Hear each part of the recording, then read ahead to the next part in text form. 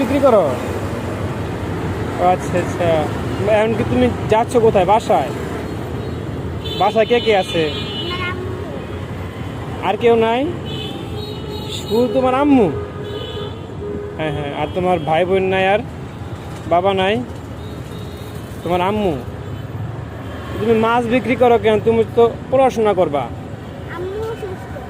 আম্মু অসুস্থ এই জন্য? আচ্ছা, কারণ আমার তো মাস্ক লাগবে না, তারপরে ধরো মাস্ক আমি নিব না। এটা একটা মাস্কের দাম। মাস্ক কত করে বিক্রি করো? 10 টাকা। তাহলে আমি দিলাম কত? তাহলে 5 টাকা কম হলো না? তাহলে আরও তো 5 টাকা লাগবে, তাই না? তো তোমার কি পড়াশোনা করতে ইচ্ছা করে না? কিন্তু আম্মু অসুস্থ, এই জন্য তুমি করতে পারো না নাকি? এই জন্য তোমার ঘর থেকে বের হইতে হয়েছে। তোমার নাম কি? জান্নাতুল ফেরদৌস।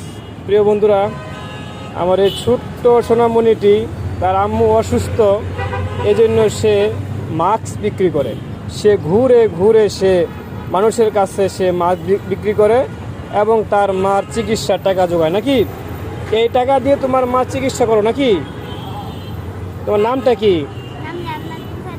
জান্নাতুল ফেরদৌস নাকি? তো জান্নাতের জন্য সবাই দোয়া করবেন। তার ইচ্ছা কিন্তু পড়াশোনা করার, কিন্তু সে করতে পারতেছে না, তার মা অসুস্থ। এই জন্য সে মাস্ক বিক্রি করে তার মার চিকিৎসার টাকা সে জোগাড় করে।